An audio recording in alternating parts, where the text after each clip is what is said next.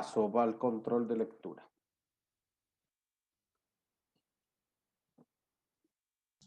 Cuando dice que está 45% con bajo financiamiento, ¿se refiere a que no tienen el financiamiento hoy día si es que todos se jubilaran, por ejemplo, como para las promesas de pago de pensiones? Más o menos eso. En el fondo dice que tu balance está como así, como que los activos que tiene el fondo son 55 y los pasivos que tiene son 100. Está corto en 45, le falta, ¿se entiende? Entonces, como que la razón de fondeo es justamente eso. ¿Cuánto tengo entre bono, acción, activo alternativo y todo lo que haya podido invertir ella comparado contra lo que prometió pagar en valor presente, que en el fondo es el valor actuarial del pasivo? Profe, pero eso se produce porque tiene muchos cotizantes que depositan menos por una devaluación de sus activos financieros, una mezcla de los dos. Es una mezcla de varias cosas en realidad, miren. De hecho, voy a contestar la pregunta al tiro, pero...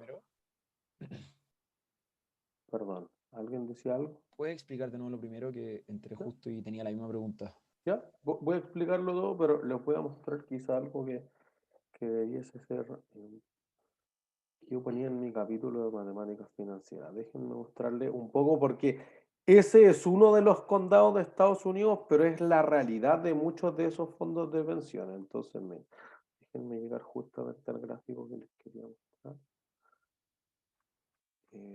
¿Dónde está? Aquí.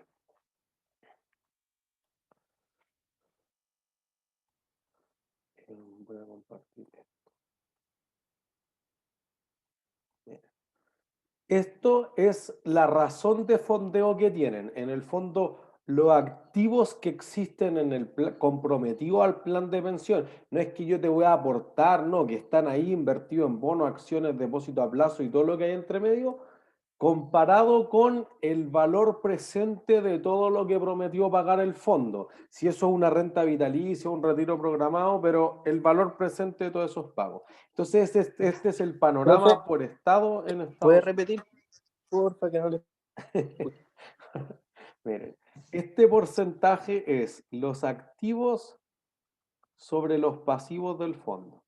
Entonces, los activos son las inversiones que tenga en bonos, en acciones, en activos reales, en lo que tenga, alternativos, todo lo que ustedes leyeron en el caso. El pasivo es el valor presente de las promesas. Si la promesa es una renta vitalicia, es un retiro programado, etcétera, depende de eso. Por eso que hay una valorización actuarial. Entonces, fíjense que, por ejemplo, Illinois, que es justamente donde está Cook County, tiene la peor razón de fondeo, 38%. Miren, Kentucky, 34%. ¿Entiendes? Comparado, por ejemplo, con Nueva York, el estado, digamos, no la ciudad, que tiene 95%. ¿Entiendes? Entonces, que el cuarto, fíjense, ahí está el 2. Entonces, la mayor parte de los estados, fíjense que no le alcanza. O sea, Wisconsin, 2 ya. 2 le alcanza para pagar las pensiones que prometieron. Todo el resto de los sistemas de reparto, todos contribuyen al mismo pozo y sacan de ese mismo pozo para pagar las pensiones, no les da.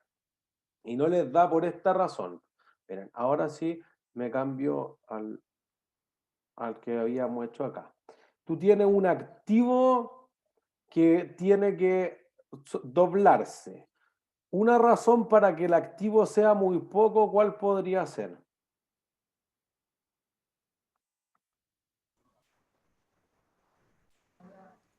Tenían activos que rentaban muy poco. Tipo renta. Listo, entonces rentabilidad muy mala. Digamos rentabilidad baja, porque fíjense, una razón para que es mucho, me quedó horriblemente escrito mucho, voy a escribirlo. Fíjense acá, para decir que el pasivo o lo que ha prometido vale mucho, puedo ocupar la misma razón, la rentabilidad es muy baja. Porque fíjense, si baja la tasa de interés, ¿qué pasa con el valor presente? Aumenta. Aumentan los pasivos. entonces aumenta el pasivo y el activo sube lento. Entonces, digamos que comparativamente baja, entonces queda más desfondeado el fondo. ¿Se entiende? Esa es una razón. Segunda razón, ¿por qué podría ser que tiene muy poco acá? Porque los cotizantes pueden estar aportando muy poco, Eso, contribuyen muy están poco. cotizando muy poco. ¿Se entiende? ¿Qué es lo que nos pasa en Chile? 10% es muy poco para alcanzar una tasa de reemplazo de 70%. Pero si cotizáramos 20% como los países nórdicos, tendríamos mejores tasas de reemplazo. ¿Se entiende? Entonces ahí uno dice, bueno, hay ciertas cosas que son quizá más, comillas, más fáciles de hacer, rentabilizar más. Entonces, ciertas cosas, y eso se ha implementado transversalmente también a Chile, es que inviertan más en activos reales o en alternativos, ¿entienden? En infraestructura particularmente. Entonces se han hecho muchos fondos de infraestructura, porque en el fondo es más complejo y tiene como problemas del tipo regulatorio que tú vayas y construyas un puente o una carretera o un túnel. Pero tú puedes invertir en un fondo que tiene cuotas de esa carretera y si no, te deshaces de la cuota. Es mucho más líquida la cuota del fondo que, que deshacerse del puente. ¿Se entiende? Pero el que arme el fondo, la raíz vial armó mucho de eso desde que se empezaron a aceptar los alternativos en los fondos de pensiones hace un par de años. El que arma el fondo te cobra, pues entonces tú dices, oye, el proyecto renta 10, pero en este caso los hedge funds. En el caso de Chile, oye, los fondos, la AGF, las administradoras generales de fondos, o la raíz vial, etcétera, te cortan el 2, entonces te queda 8. Bueno, entonces es el trade-off. O lo quiero hacer más líquido y eso va a tener que rentar menos porque no paga un premio por iliquidez, o lo quiero hacer menos líquido. Y entonces ahí tiene que pagar el premio por iliquidez y me ahorro la comisión, por ejemplo. ¿Se entiende? Profe, Entonces, ajá, Cristóbal. lo que está explicando recién, como de forma más simple, es que uno para invertir en activos alternativos podría invertir directamente en un fondo que esté invirtiendo en activos alternativos o directamente en la infraestructura del bien alternativo, como usted mismo decía, en un puente. Pero el día de mañana, o sea, claro, como lo que hizo usted del premio por liquidez, pero uno puede vender un puente o O sea, de poder se puede, pero, por como que ejemplo, lo veo poco tangible. Endesa vendió el túnel El Melón al Fondo Independencia. Entonces, de vender se puede, pero de ahí a que se haya demorado como 5 años en venderlo, que lo haya tenido que vender después mal, etcétera, es más difícil. ¿Se entiende? Entonces tú vas a decir, oye, yo compré este terreno, pero tengo una urgencia, tengo que venderlo barato. O esperar. No es tan rápido como deshacerse de las acciones o las cuotas de fondos de inversión que se transan todos los días en la bolsa. Eso es mucho más líquido comparativamente con un activo real. Los activos reales son menos líquidos porque es un mercado menos competitivo. Por eso que cuando nosotros hacíamos, por ejemplo, el trabajo en clase de la semana pasada, decíamos, y estoy invirtiendo en un estacionamiento. Entonces, toda esta clase de activos que se le ha llamado alternativo, pero en verdad son como las inversiones reales, nomás que le da la mitad del nombre a este curso, es que tú estás diciendo, oye, las empresas se fueron a los bonos, etcétera, sí, pero tú podrías comprar todos los bonos de una carretera y por eso la FP particularmente se devolvieron porque dijeron, mira, si yo compro 500 millones de dólares en bonos de la autopista central, le financio toda la carretera, yo solamente recibo la tasa de interés, la carretera pone prácticamente nada, o sea, está apalancada a morir, pero un flujo muy seguro porque prácticamente me paga la misma tasa que el Estado. Entonces, como que toda la rentabilidad la disfrutan las carreteras. Entonces, carreteras, no sé, por ejemplo, Vespucio Norte tiene un ROE al año de 78%. ¿Se entiende? Entonces, claro, la FP dice, mejor yo hubiera financiado todo. Y me voy contra el equity del proyecto, contra las acciones, no me voy contra la deuda. Entonces, por eso que también a las empresas han dicho, chuta, es que si tengo el bono, tengo la liquidez, pero también podría ir a un private placement, a una colocación privada, han hecho harto los fondos a ir a préstamos privados. Entonces ya no, las empresas no van contra el banco, o por ejemplo para hoteles boutique, para proyectos de energía, nos tocó estar viendo algo con el profesor Montenegro en febrero. Entonces que, oye, yo quiero vender energía a futuro y te pago con los ahorros de energía, y para eso necesito levantar, en ese momento necesitan 15 millones de dólares. No un super bono, ¿se entiende? No es el mercado tradicional que la FP dice, oye, yo meto 200 millones de dólares, pero quizás puedo encontrar 30, 50, 200 de estos proyectos que sí quizás son más chicos y que pueden tener algún sentido. Y por lo demás diversifican el riesgo del negocio. ¿Se entiende? Entonces eso hace una diferencia significativa con el resto de los activos. Profe, Diego. yo tengo una pregunta respecto a la pregunta 1 que decía como que el riesgo se podía medir con las desviaciones estándar, pero te decían que era como el retorno y el riesgo anuales. ¿Cómo podemos calcular eso? Había un anexo. Miren, me voy a pasar al caso.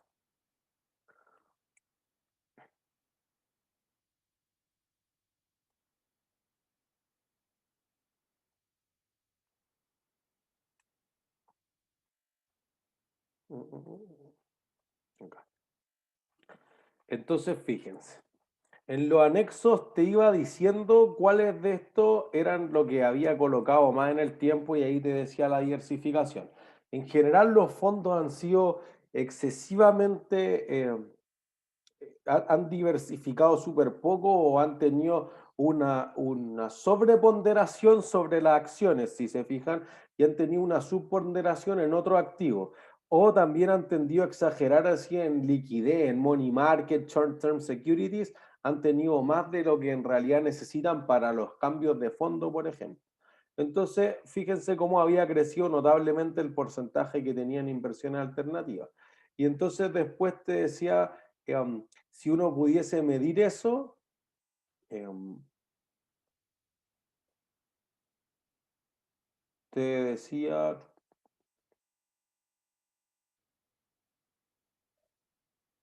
mi error, perdón, El Exhibit de 10 tampoco está, profe. mi error. Para eso había que subir el Excel y yo no le subí el Excel.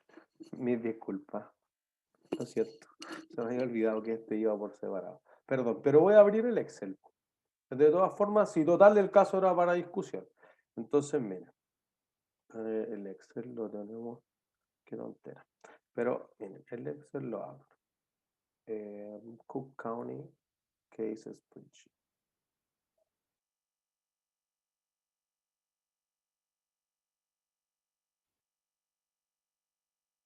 Qué bueno que me lo preguntaron. Entonces. El 9. Acá.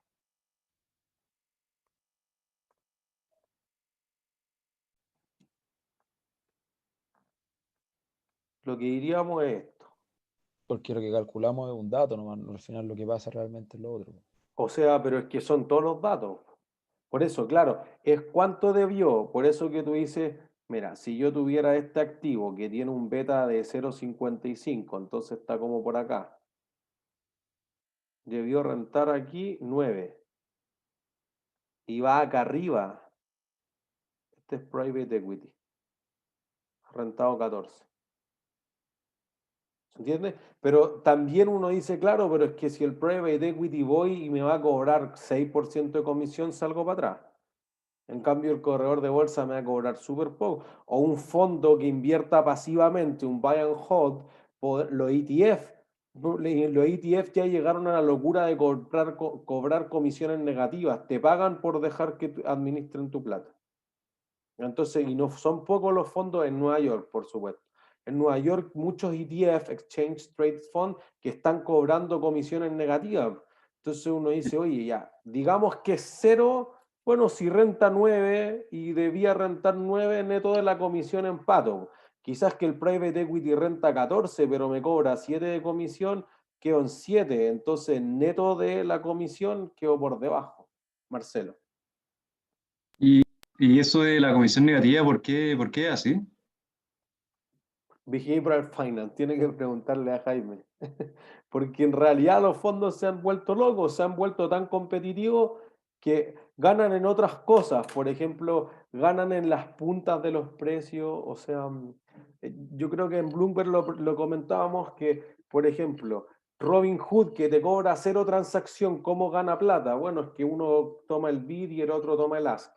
O ellos están asociados con las corredoras. Entonces la corredora de bolsa te cobra por las comisiones de transacción, pero el fondo no te cobra por administrar. Ya depende de nuevo de la estructura con que se haga el fondo. Por ejemplo, los hedge funds tienen performance así, que dicen, mira, yo debí rentar contra el benchmark 9 y renté 14, ya, de ese 5% extra yo me llevo el 20, pero además tengo un watermark y la marca de agua es como que si yo renté 5 extra, pero supero esa marca y rento 6 extra el próximo año o 10 extra, entonces del extra te cobro otra comisión, entonces como una tarificación de varios tipos.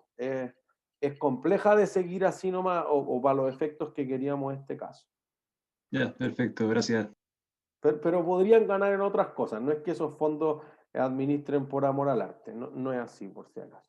Pero sí han bajado las comisiones notablemente históricas, entonces si antes cobraban 2% y ahora cobran 0,1, 0,2, es una disminución del 90% de la comisión, ¿se entiende? Entonces, por eso que los ETF son y particularmente BlackRock. BlackRock es el mayor gestor de fondos del mundo porque impulsó mucho la idea de los ETF, fondos que tratan de replicar a bajos costos de administración lo que ocurra realmente con un índice. ¿Se entiende? Entonces, por eso que muchos de los fondos de pensiones también han sido como flojos en eso y han hecho fondos de fondos de fondos. Entonces, ¿para qué le pago a la AFP o al fondo de pensión si yo puedo ir directamente con BlackRock, que es el gestor original del ETF, para juntar 3 ETF y cobrarme por eso? Mejor voy con BlackRock nomás, ¿se entiende? Entonces, por eso que han perdido quizás algo de espacio o han tenido que rebuscársela más los fondos de pensiones para poder cobrar. Si no, ¿para qué cobran ustedes si ustedes están copiando lo mismo que hace el otro? Claro. Profe, Ujú. yo tenía una duda, que por ejemplo, cuando uno pone, por ejemplo, en Google S&P 500 stocks y te aparece el precio, uno no puede comprar directamente de esa forma el índice, tiene que comprar un ETF que replique el índice, ¿no? El Spider. Pero es como le digo, ¿no? Porque cuando lo veíamos en Bloomberg yo tenía la misma duda de que, porque había que seguir un índice, pero no, uno no puede realmente seguir el que te aparece ahí, tiene que comprar un producto financiero que Es replique que el ese. índice está medido en pesos, en puntos. Entonces un punto no representa nada. Por ejemplo, el Bovespa de Brasil vale mucho más puntos que el S&P 500, pero eso no significa que todas las acciones del Bovespa valgan más que las del S&P 500. Entonces eso es como la inflación, como que tú dijiste, ya desde hoy día es 100, nada más. Entonces el Nasdaq, por ejemplo, lo fijó en 100 en los años 70. Y chao. El Bovespa lo puede haber fijado en el año 50 el IPSA lo fijaron en el año 98. O sea que ese número solamente tiene relevancia para la bolsa en sí, para su propia bolsa. Claro, es que por eso que lo único que te importa es la variación y está La medida variación. en puntos intencionalmente, porque en el fondo, si no estuviese en puntos, tú dices, es que yo soy un inversionista japonés o soy un inversionista griego o alemán. No ocupo, no entiendo, no, porcentaje. Si después del porcentaje, y es algo que va a influir en el performance de ese portafolio, después de eso, el tipo de cambio te hizo pebre y te mató toda la rentabilidad, bueno, eso es parte de. ¿Se entiende? Pero tú estás invirtiendo en un portafolio que es de 10%. Si ahora tu moneda se devaluó 15%, saliste 5% para atrás. Pero en las acciones rentaron. Lo que pasa es que además tú te expusiste a otro factor de riesgo, que es el tipo de cambio. ¿Entiendes? Pero no el factor de riesgo solo de las acciones. Profe, Ajá. hay una cosa que no me queda clara entonces. ¿Cuánto porcentaje de la cartera tenemos que destinar a private equity si es que, o sea, cómo no va a haber liquidez, pues, porque como son a largo plazo, Es que ¿cómo por sabemos eso, cuánto porcentaje tiene que tener la cartera para que sea óptima? es que que ese es el gran problema. Porque en el fondo, tú dices, ya, tiro todo a private equity, ya, ¿en qué momento te vas a meter en un problema si tú metes todo a private equity? Cuando las personas se quieran jubilar. Se quieran jubilar. Por eso que, por ejemplo, esto te plantea el problema de Felices y Forrado, que la superintendencia de pensiones está tratando de empujarlo porque te dice, mira, muévete de la ley, de la ley, y de la y de la ley, y así sucesivamente. Entonces tú dices, mira, si yo agarro el multifondo que es el A, es mayoritariamente acciones, equity en el caso de este fondo. El E es mayoritariamente bonos y bonos soberanos, algo de bancarios, pero no así bonos súper riesgosos. Entonces, si tú me dices, mueve todo para allá, no es como que yo puedo decir, ya liquido una parte, tengo que liquidar todo, porque este portafolio de acá no se parece en nada a este portafolio de acá. Entonces tú dices, oye, si yo salgo a vender demasiado, entonces va a haber exceso de oferta. Si hay exceso de oferta, ¿qué va a pasar con el precio? Cae. Cae. Y entonces tengo que salir a comprar todo, no sé, 800 millones de dólares, que no había suficiente ese día. Entonces va a haber un exceso de demanda. ¿Y qué va a pasar con el precio?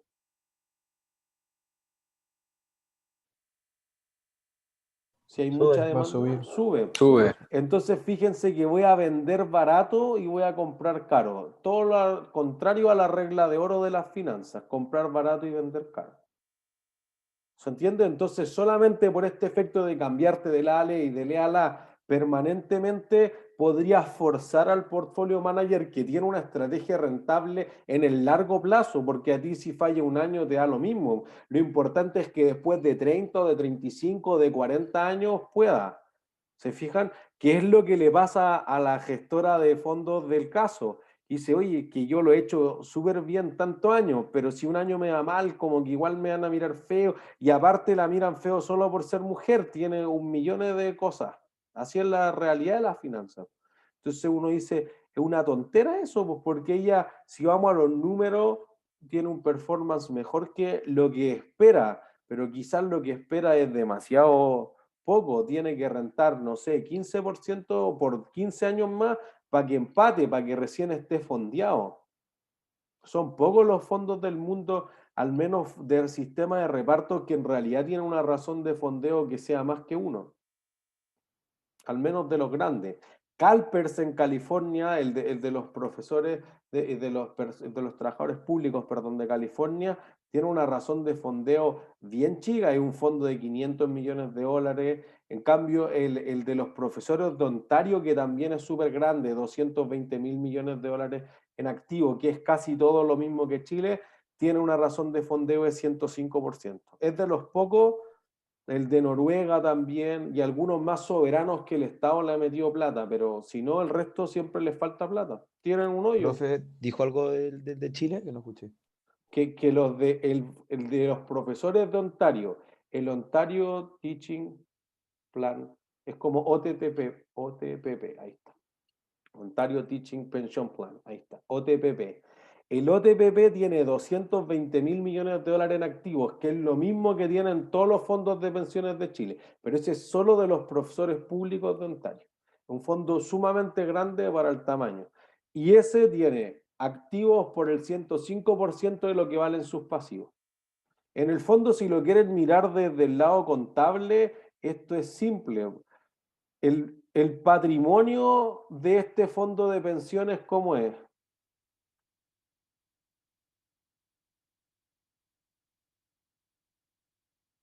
Es todo, po, ¿no? No, no es todo. Negativo. Negativo, po. Eso es. ¿Se entiende entonces cómo está el fondo en el sentido contable? Malito. Está quebrado, po. Quebró, que... Tiene patrimonio Pero, negativo. pero entonces no está la plata, pues. No, pero es que no esté la plata, pues que fíjense que tú no necesitas la plata ahora, po. Tú la necesitas en 20 años más. ¿Se entiende? Pero, profe, pero me está diciendo que no tienen, ya que toda la plata que pasaron los profesores, la plata no, ¿Cómo no van a tener los activos? No entiendo. No, si los activos están, tienen 55, pero tú dices ya, tú pon 100 y yo te pago 10.000. Nunca te voy a poder pagar 10.000, po, si no hago magia. Es que lo que Pero es pasa es que fue que una promesa, po. ¿Se entiende? Por eso que esto no es que, oye, que tú me debes, no, si tú pusiste aquí 10, y yo la multipliqué por 5, pero yo te prometí que la multiplicaba por 10, po. ¿Se entiende? No es que tú pagaste 100 y yo tengo 55 y nos robamos la plata. Es que tú pusiste 10 o 15 y la multiplicamos rentó 5% todos los años, pero yo te prometí que rentaba 7 y te meto en un problema porque dices, no, pues que cada vez más, al principio yo dije, mira, yo te voy a pagar 5 y esto lo vamos a descontar al 20%. ¿Ya? Entonces te tengo que pagar 25.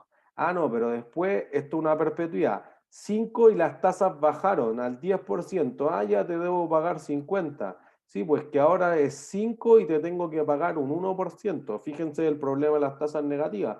Entonces ahora te debo 500. Mientras más se acerca a cero, fíjense, si yo divido esto por cero, ¿en cuánto me queda?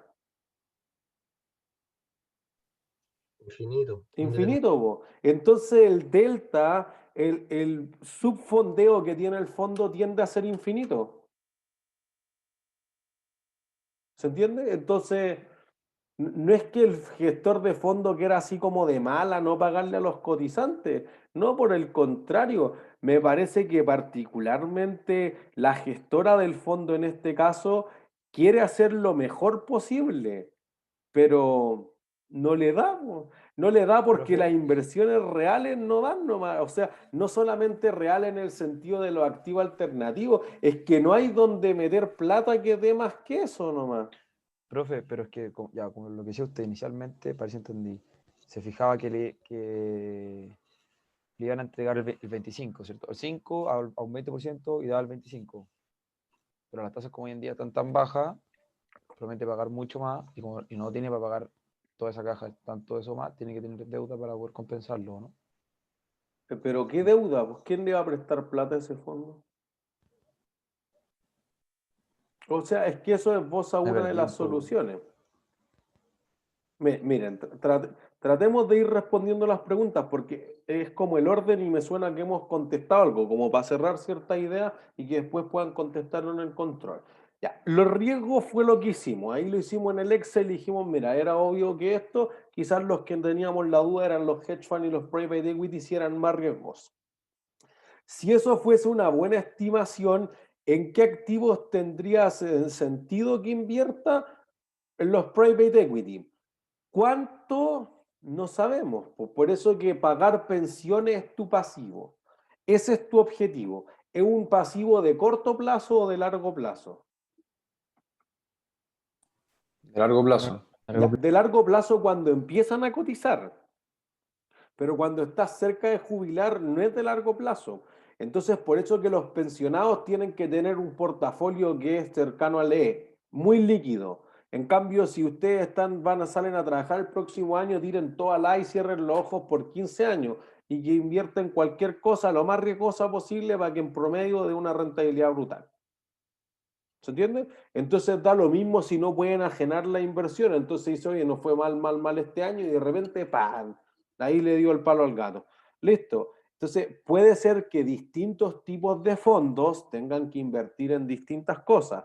¿Se entiende? Pero sí, no puede llevar todo a private equity. Tiene que tener algo de liquidez. Entonces las regulaciones, particularmente en Chile, es del borde del 10% lo que tú podrías invertir en activo alternativo.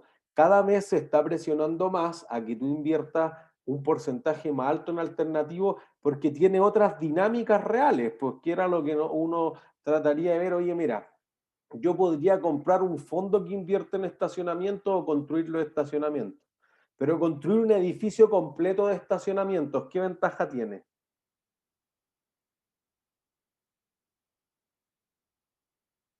Porque había 920 estacionamientos.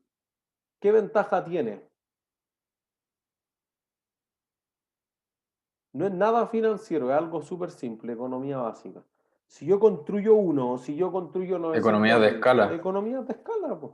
Entonces las compañías de seguro y los fondos de pensión han dicho, mira, hay cosas súper atractivas, que es lo que siempre dice la gente, no, la FP es un asco, u otros fondos de pensiones, aquí podrían ser sistemas públicos de pensiones.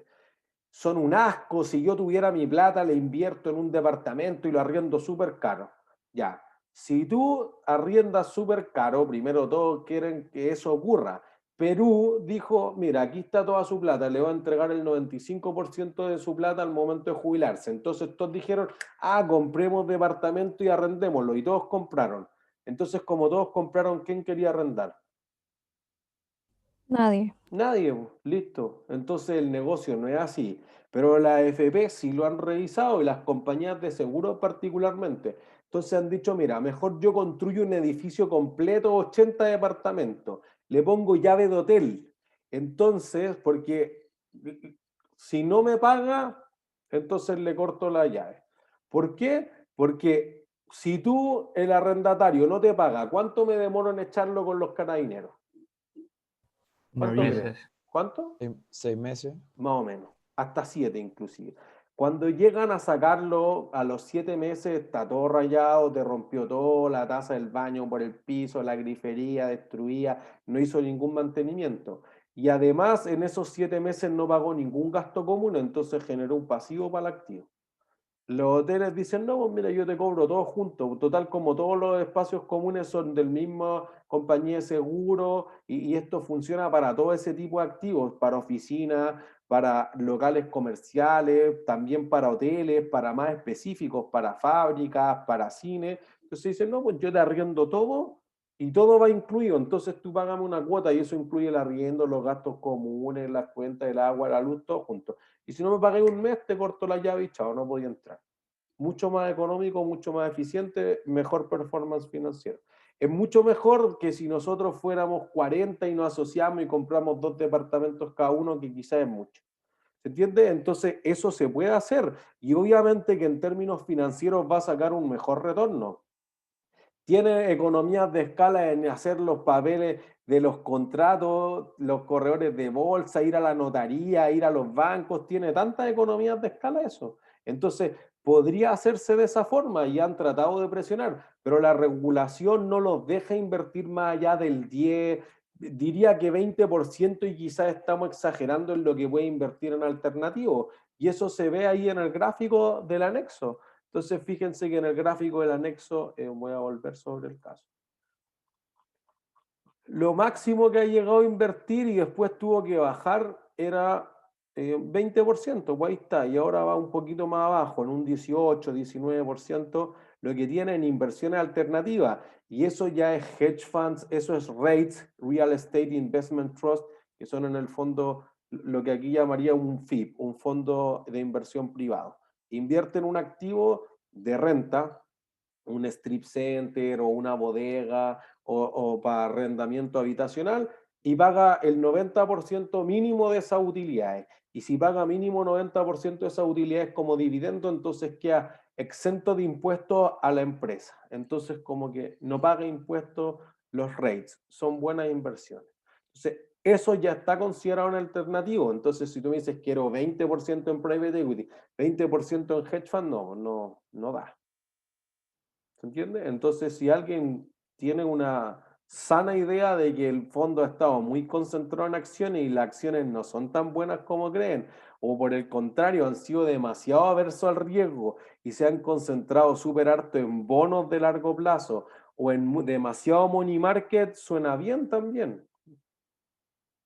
Y el fondo de Cook County piensen que lo ha hecho bien. Los otros lo han hecho peor todavía. Fíjense que el estado, yo les mostré Illinois y Illinois tenía 38%, en cambio el condado Cook tiene 55%. A los dos le falta mucha plata para llegar, pero es harto mejor, es 50% mejor, 17 sobre 38. ¿Se entiende? Entonces, y uno podría decir, oye, hay otros que están igual o peor de diversificados, es difícil, no es tan fácil como yo voy a diversificar, esto para allá, pero ¿cuánto? ¿Y dónde están las mejores inversiones? No, invertiría en otra cosa. ¿En qué otra cosa? Si este es tu universo invertible. ¿Se entiende?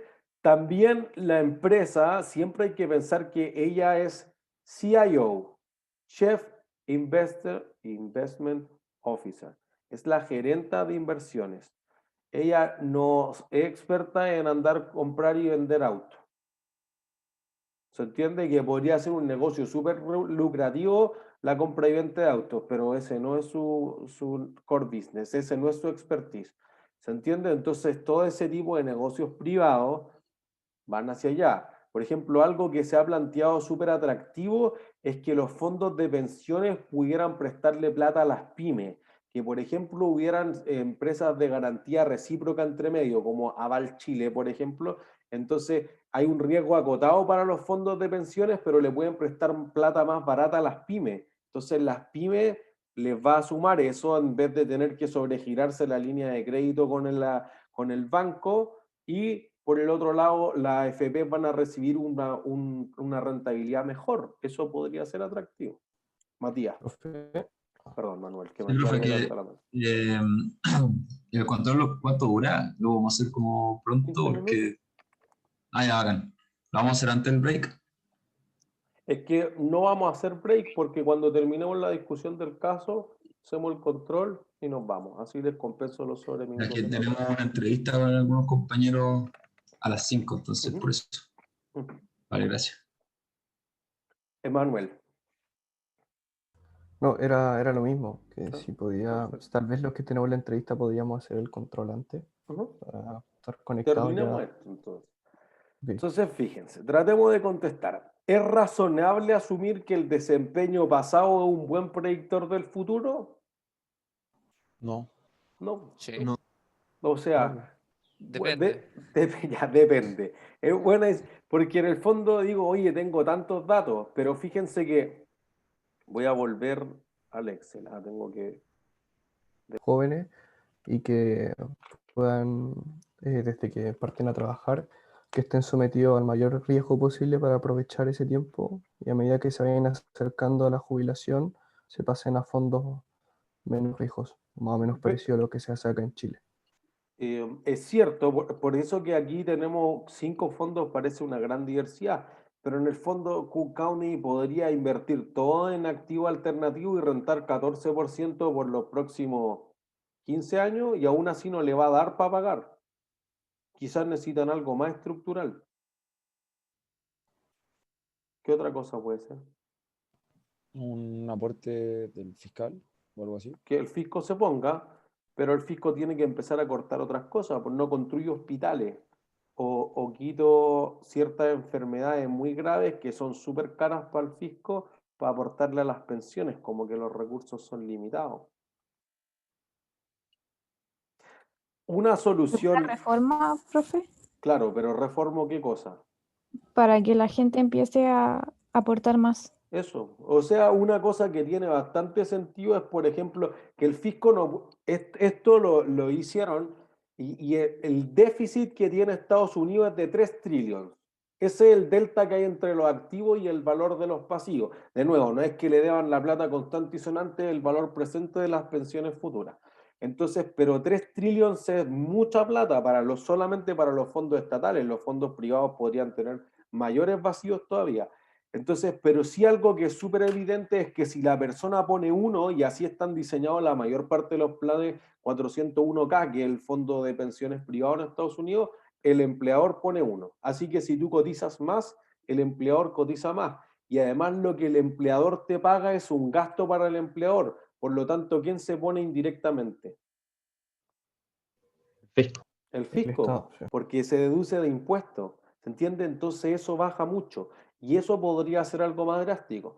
Si no, en el extremo dicen, no, pues bueno, como no hay plata para pagar las pensiones de los papás, que los hijos la paguen. Y se patea el problema para la siguiente generación. Profe, también en el caso salía que los empleadores también tenían un aporte fijo. Sí, claro, tienen un mínimo. Tienen un Un- mínimo más el variable, depende de cuánto contribuye el trabajador. Ese es el que pero tengo que equiparar. quizás se puede subir ese benchmark o como ese suelo. Eh, puede ser, Pero como que los empleadores son súper renuentes a eso. Dicen, oye, ya bueno, yo les pago más, pero les pago un sueldo líquido más bajo. Eso es la realidad de lo que han dicho la mayor parte de las empresas en Chile. Entonces, por eso que se traban las decisiones de cambiar el sistema de pensiones. Porque si tú dices, oye, le descuento 10, si ahora le tengo que descontar 13, le pego un manotazo al líquido, pues entonces le pago menos a la pensión en líquido para que el bruto me quede igual. Chuta, entonces lo está pagando la persona, no lo está pagando el empleador. Claro. ¿Verdad? Y es difícil. Y las personas también dicen, prefiero vivir bien ahora y que en 30 años más me preocupo de la pensión. ¿Se entiende? Entonces, no es un problema de fácil solución, podríamos seguir discutiendo. ¿Qué debería hacer Hackett con la cartera de inversiones? ¿Qué otras opciones de inversión podría explorar el fondo de pensiones del condado de Cook? ¿Le quedan otras cosas? ¿Algo que no haya visto acá? ¿Otro tipo de activo alternativo? Probablemente. Invertir directamente en infraestructura. No a través de fondos, sino que ir directamente, yo construyo el puente. Es más complejo, necesita otros tipos de expertise, pero podría ser algo que tenga sentido económico para resolver ese problema. ¿Entiendes? Porque si no, no hay más. Si estas son tus 5 opciones, ninguna de estas te va a llevar a tener un 100% de financiamiento de esas pensiones. ¿Entiendes? Entonces eso podría ser la diferencia significativa para eso. Entonces, esa es más o menos la idea de introducir los activos alternativos. Una parte era lo que nosotros proyectamos en los flujos de caja de la semana pasada que teníamos en el TEC, que eso ojalá todos lo hubieran tenido como más claro de pregrado de los otros cursos. Yo les voy a subir la solución, pero para que se hagan una idea más o menos ya está casi corregido. Tenían las inversiones, el valor presente te daba súper alto, la TIR te daba cercana al 50%, para que ya más o menos hagan una idea. Las complicaciones era que tú amortizabas aceleradamente la licencia, los equipos lo amortizaban en 3 de sus 5 años, de nuevo tenía que volver a invertir y amortizaba los otros 3 años, y el cálculo de la tasa de descuento quizá era una de las cosas que era más o menos complicada para estimar la tasa libre de riesgo. Les debía dar más o menos estos datos. ¿Sí? Así que yo les voy a subir esta planilla para que ustedes puedan ver la solución y después de que se acabe el control que dura 15 minutos, yo creo que a la noche les subimos las notas tanto del TEC como del control de ejercicio. ¿Sí? Del control de lectura. ¿Dudas? ¿No? Ya.